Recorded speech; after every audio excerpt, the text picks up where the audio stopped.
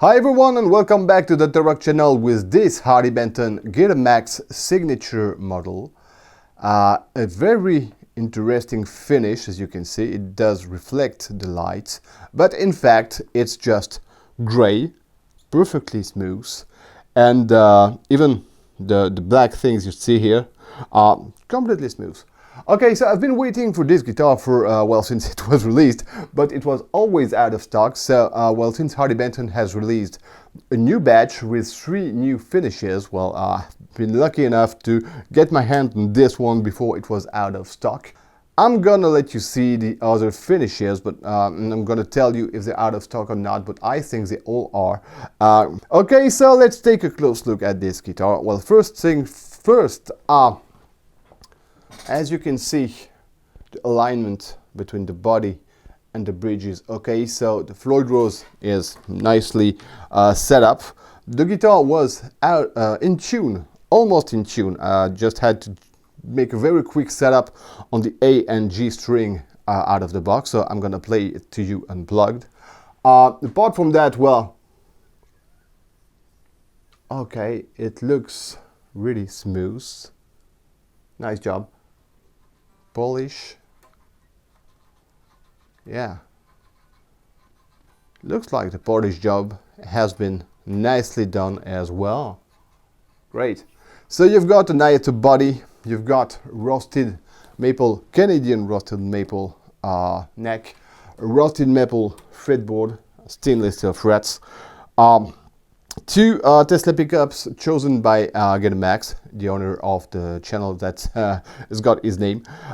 You've got here a split, volume, tone, 3-way toggle. So let's listen to how this thing sounds unplugged. Here we go.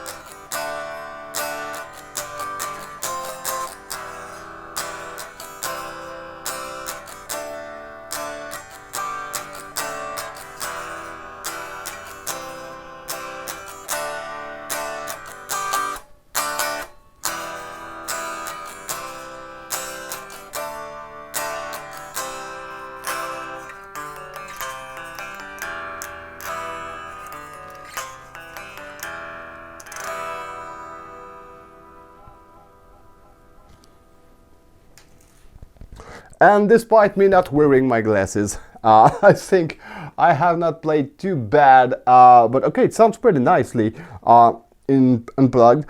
I just think that the action is way too low, but these are 10 to 46 string gauge. That's not what I'm gonna use. I'm gonna move to 10 to 52, and maybe it's gonna lift the action a tiny bit. If not, I'm gonna set it up myself.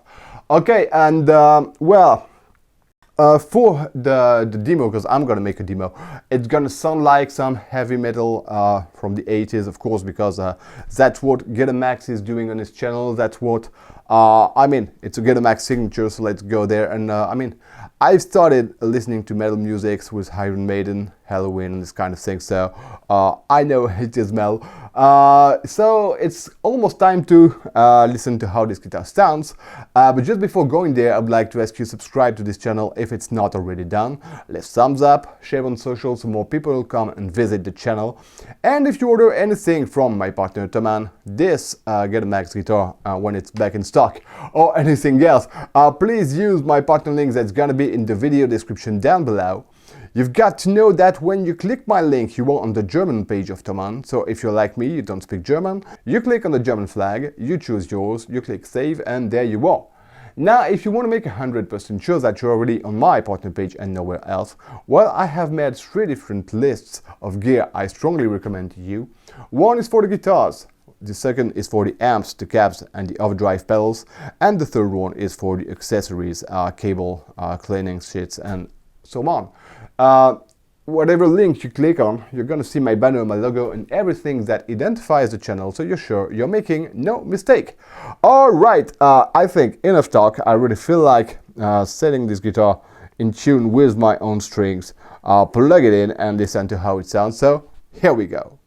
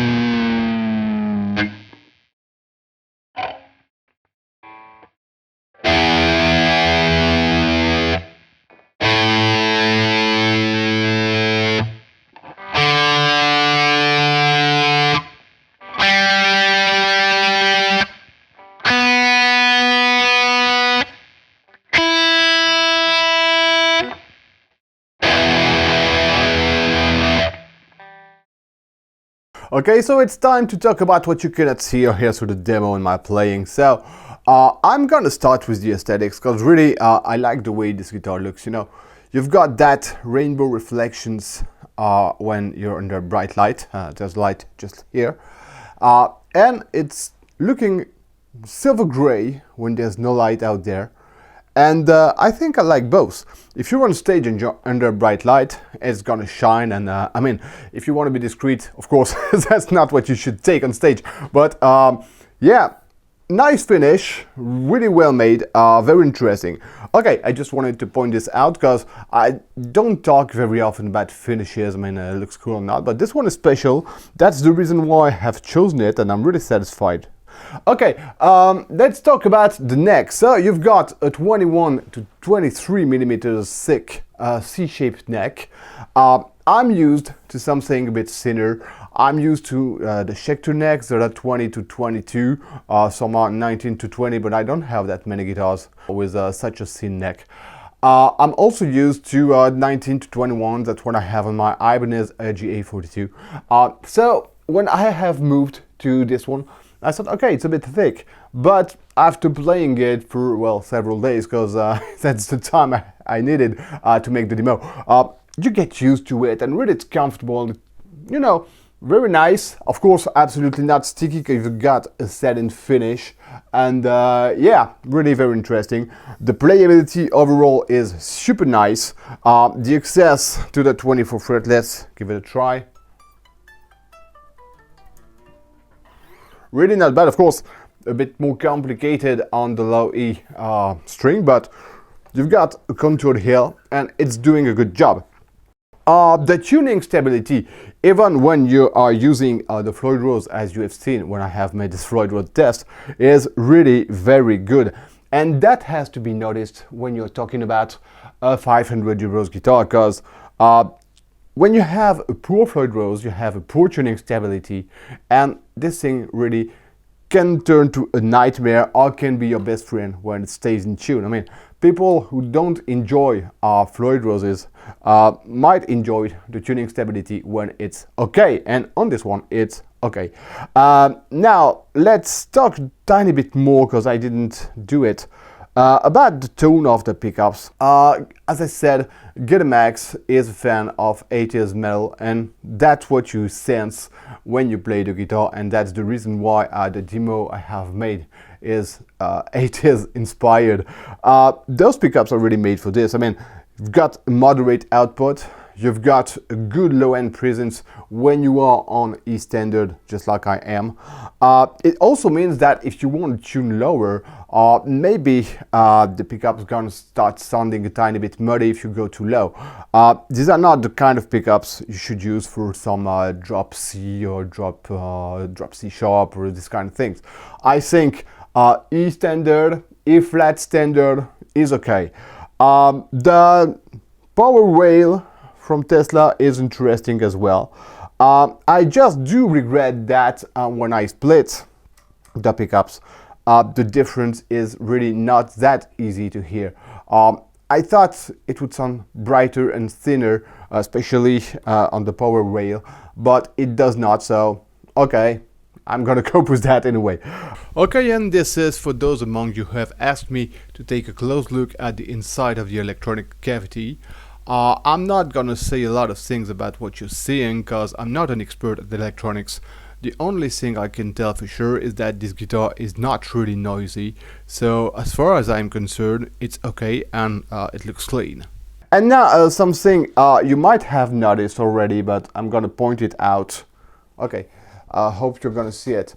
The alignment between the low E and the neck is not perfect, and that is due to the bridge not being installed the exact way it should. I mean, it's closer to the edge of the body on this side than on this side, so it does also imply that it's a tiny bit misaligned, but it's really a tiny bit. It's something like 1 millimeter, you know, of misalignment. It doesn't stop me from playing, it doesn't make it a problem at any moment. But okay, that's just little thing. No, we're talking about 500 euros guitar, and for the rest, I mean, it's really okay. And yeah, this guitar really feels good to me, and I like it. It's got something, the woods are really lovely, the finish has got something really unique and special that I really do enjoy. And well, since I also am a huge fan of 80s metal, well, yeah, I'm having fun with this thing. You know, I would not choose it for playing metalcore, I would not choose it for playing thrash metal, because that's not the tone you need for this kind of music. But for 80s metal, for Iron Maiden, Halloween, this kind of things, you know, it's really a fine guitar and a fun guitar to play with a very, very good quality. So for the price, really, I'm absolutely not disappointed at all. And even if it was a tiny bit more expensive, I think I would not be disappointed anyway. Okay, so well, I think I have said it all. If you've got any question, of course, let me know in the comment section down below. But as far as I'm concerned, well, I think that's it for today. So thanks for watching, and see you next time for the next video.